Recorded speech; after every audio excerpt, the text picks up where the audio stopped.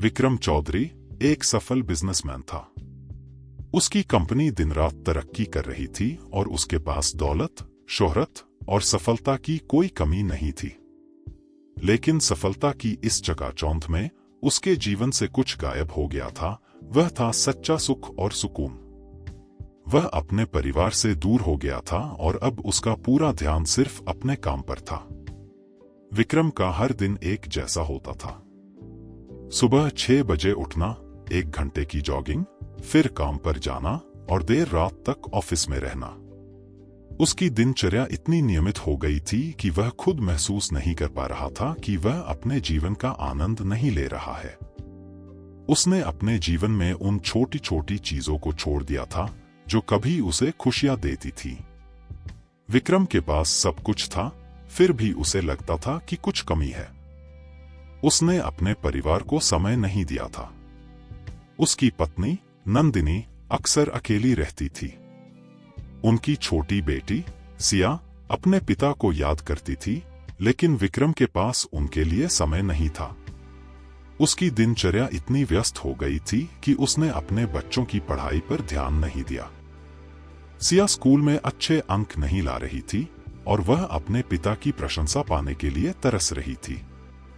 विक्रम ने एक बार सोचा कि उसे अपने परिवार के लिए समय निकालना चाहिए, लेकिन वह हमेशा अगले प्रोजेक्ट और डील के बारे में सोचता रहा। एक दिन सब कुछ बदलने वाला था। विक्रम रोज की तरह सुबह उठता है, लेकिन उसे महसूस होता है कि यह दिन कुछ अलग है। जब वह जॉगिंग पर जाता है तो वह रास्ते में हर चीज को पहले से ही जानता है। कौन सा आदमी किस दिशा से आएगा, कौन सी गाड़ी कब गुजरेगी। यह अजीब था, लेकिन उसने इसे अनदेखा किया। ऑफिस में पहुंचकर विक्रम को और भी अजीब अनुभव होता है। उसका बॉस वही बातें दोहरा रहा था जो उसने पिछले दिन सुनी थी। दोपहर का भोजन भी वही था। धीरे धीरे उसे एहसास होने लगा कि वह जिस दिन में है वह दोहराया जा रहा है। शाम होते होते जब वह वापस घर आता है तो उसका डर और भी बढ़ जाता है। अगली सुबह जब वह उठता है तो फिर वही दिन शुरू हो जाता है। अब यह साफ था कि वह किसी समय चक्र में फंस गया है। विक्रम ने इस चक्र से निकलने के कई तरीके आजमाए। उसने अलग अलग काम किए, अलग अलग लोगों से मिला, लेकिन कुछ नहीं बदला। हर सुबह वह फिर उसी दिन पर लौट आता। समय के इस चक्र में फंसकर उसकी मन स्थिति भी बिगड़ने लगी। वह गुस्से में आ जाता था, चिल्लाता था और कई बार तो वह सोने से भी डरने लगा था, क्योंकि उसे पता था कि अगला दिन फिर वही होगा। हर बार वह कुछ नया करने की कोशिश करता, लेकिन कोई भी चीज उसे इस समय चक्र से बाहर नहीं निकाल पाई। लेकिन एक दिन उसे अपने बचपन की एक धुंधली याद आई। वह अपनी दादी के पुराने घर में था और वहां एक पुरानी घड़ी थी। उस घड़ी के साथ कुछ अजीब था। उसे याद आया कि उसकी दादी ने उसे बताया था कि यह घड़ी समय को रोक सकती है, लेकिन तब विक्रम ने इसे एक किस्सा समझा था। अब उसे महसूस हुआ कि शायद वही घड़ी इस समय चक्र का कारण हो सकती है। उसने तुरंत उस घड़ी को खोजने का फैसला किया। विक्रम अपने परिवार के पुराने घर गया, जो अब काफी समय से बंद पड़ा था। वहां पहुंचकर उसने उस घड़ी को ढूंढा। घड़ी काफी पुरानी और धूल भरी थी, लेकिन उसके पीछे कुछ अंकित था, 16 जुलाई 1998। यह वही तारीख थी जब विक्रम के परिवार में एक बड़ी दुर्घटना हुई थी। विक्रम के पिता का उसी दिन एक बड़ा एक्सीडेंट हुआ था, जिसके बाद उनका जीवन पूरी तरह बदल गया था। विक्रम को इस घटना की पूरी जानकारी नहीं थी, क्योंकि वह उस समय बहुत छोटा था। घड़ी के पीछे की यह तारीख और उसके पिता की दुर्घटना के बीच कोई गहरा संबंध था। विक्रम को अब यह समझने की जरूरत थी कि उस दिन क्या हुआ था और कैसे वह इस समय चक्र से जुड़ा है। विक्रम ने तय किया कि उसे अपने पिता के अतीत को खोजना होगा। उसने अपने परिवार से पूछताछ की, लेकिन उसे साफ जवाब नहीं मिले। सब कुछ धुंधला और रहस्यमय था। आखिरकार उसने अपनी दादी से मिलने का फैसला किया, जो अब वृद्धाश्रम में रहती थी। जब वह अपनी दादी के पास पहुंचा तो उन्हें देखकर उसका दिल भर आया। उन्होंने उसे गले लगाया और उसकी बातें ध्यान से सुनी। दादी ने बताया कि 16 जुलाई 1998 को उसके पिता ने घड़ी को ठीक करने की कोशिश की थी और उसी दिन एक बड़ी दुर्घटना हुई थी। घड़ी किसी रहस्यमयी ताकत से जुड़ी थी और उसके साथ छेड़छाड़ करने से समय के इस चक्र को जन्म दिया था। विक्रम ने अब तय किया कि उसे उस घड़ी को ठीक करने के लिए अपने अतीत में जाना होगा। उसके पास एक मौका था कि वह अपने पिता की दुर्घटना को रोक सके और इस समय चक्र से बाहर निकल सके। विक्रम ने अपनी दादी से अनुमति ली और पुरानी घड़ी के पास पहुंच गया। घड़ी के अंदर एक छुपा हुआ दरवाजा था। विक्रम ने उसे खोलने की कोशिश की। जैसे ही उसने दरवाजा खोला, एक चमकदार प्रकाश निकलने लगा। विक्रम ने उस प्रकाश को अपने सामने देखा और एक अजीब सी आवाज सुनी, क्या तुम अपने अतीत को बदलना चाहते हो? विक्रम ने हामी भरी। हाँ, मैं अपने पिता की दुर्घटना को रोकना चाहता हूँ। वह उस आवाज की ओर बढ़ा और अचानक उसे अपने पिता के अतीत में ले जाया गया। वह अब 16 जुलाई 1998 में था। विक्रम ने देखा कि उसके पिता अपनी पुरानी घड़ी के साथ खेल रहे थे।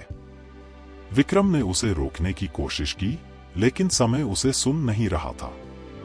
उसका पिता घड़ी को ठीक कर रहा था और विक्रम को समझ नहीं आ रहा था कि उसे क्या करना चाहिए। विक्रम ने सोचा कि अगर वह अपने पिता को समझा सके कि घड़ी को छेड़ने की जरूरत नहीं है, तो शायद वह दुर्घटना को रोक सके।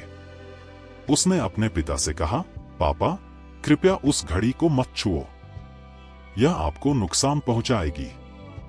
लेकिन उसके पिता ने उसे अनसुना कर दिया। उन्होंने मुस्कुराते हुए कहा, बेटा, यह सिर्फ एक पुरानी घड़ी है, इसमें कोई खास बात नहीं है। विक्रम ने समझा कि वह समय के प्रवाह को नहीं रोक सकता। उसे यह समझ आ गया कि समय को बदलने के लिए उसे अपने पिता के अतीत के किसी फैसले को बदलना होगा। विक्रम ने एक नई योजना बनाई। उसने तय किया कि वह उस दिन के महत्वपूर्ण क्षण को बचाने की कोशिश करेगा। विक्रम ने अपने पिता के साथ समय बिताने का निर्णय लिया। वह अपने पिता के साथ उस दिन के सभी कामों में शामिल हो गया। उन्होंने साथ में खाना बनाया, बातें की और हंसी मजाक किया। विक्रम ने अपने पिता को अपने अनुभव और अपनी जिंदगी की कहानियां सुनाई। विक्रम का पिता उस समय खुश थे, लेकिन वह कभी नहीं जानते थे कि उनका बेटा उनके अतीत को बदलने की कोशिश कर रहा है। विक्रम ने अपने पिता के साथ वक्त बिताने का हर पल जिया, लेकिन उसे अपने मिशन को पूरा करने का कोई रास्ता नहीं मिला। आखिरकार विक्रम ने देखा कि उसका पिता घड़ी को ठीक करने के लिए जा रहा था। विक्रम ने अपने भीतर एक डर महसूस किया। वह जानता था कि अगर उसका पिता घड़ी को छेड़ेगा तो एक बड़ी दुर्घटना होगी। विक्रम ने अपने पिता से कहा, पापा, क्या हम कुछ और समय बिता सकते हैं? मुझे आपके साथ कुछ महत्वपूर्ण बातें करनी है। उसके पिता ने हंसते हुए कहा, बेटा, मुझे कुछ काम करना है, लेकिन तुम्हारे साथ रहना अच्छा है। विक्रम ने अपने पिता को रोकने की कोशिश की, लेकिन समय के प्रवाह ने उसे मजबूर किया। उसने सोचा, अगर मैं सिर्फ एक बार और अपने पिता से कह दूं कि घड़ी को मत छुओ, तो शायद मैं इस समय चक्र को तोड़ सकूंगा। उसने एक बार फिर कोशिश की। पापा, क्या आप मेरे लिए यह घड़ी नहीं छुएंगे? मुझे ऐसा लगता है कि यह आपको नुकसान पहुंचाएगी। लेकिन उसके पिता ने फिर से कहा, बेटा, तुम हमेशा इसी घड़ी के बारे में सोचते रहते हो। यह केवल एक साधारण घड़ी है। विक्रम के मन में भय की लहर दौड़ गई। उस क्षण में विक्रम ने महसूस किया कि वह अपने पिता की बातों का आदर नहीं कर रहा था। उसने अपनी आंखों में आंसू भरकर कहा, पापा, मैं चाहता हूं कि आप खुश रहें। मैं आपको खोना नहीं चाहता। उसकी बातें सुनकर उसके पिता थोड़े चौंक गए। उन्होंने विक्रम को गले लगाया और कहा, बेटा, मैं हमेशा तुम्हारे साथ रहूंगा। घड़ी को छूने से कुछ नहीं होगा। विक्रम को यह सुनकर थोड़ी राहत मिली, लेकिन उसे अभी भी डर था। उसके पिता ने घड़ी को छू लिया और अचानक समय का प्रवाह बदल गया। विक्रम ने देखा कि समय उसके चारों ओर घूम रहा है। अचानक विक्रम ने खुद को अपने वर्तमान में पाया। वह अपनी कंपनी के ऑफिस में था, लेकिन अब सब कुछ बदल चुका था। वह अब उस समय चक्र में नहीं था। विक्रम ने महसूस किया कि समय की हर धड़कन में प्यार और संबंध की गहराई है। विक्रम ने समय चक्र से बाहर आने के बाद अपने जीवन को पूरी तरह से बदल दिया। उसने अपने काम को महत्व दिया, लेकिन अपने परिवार के लिए भी समय निकाला। वह अब अपनी पत्नी नंदिनी और बेटी सिया के साथ समय बिताता था। उसने सिया के साथ पढ़ाई की, उसे पार्क में खेलने ले गया और उसके साथ हर छोटी छोटी खुशी का आनंद लिया। विक्रम ने यह सीखा कि जीवन में सबसे महत्वपूर्ण चीज रिश्ते और खुशियां हैं। विक्रम की जिंदगी में एक नई रोशनी आ गई थी।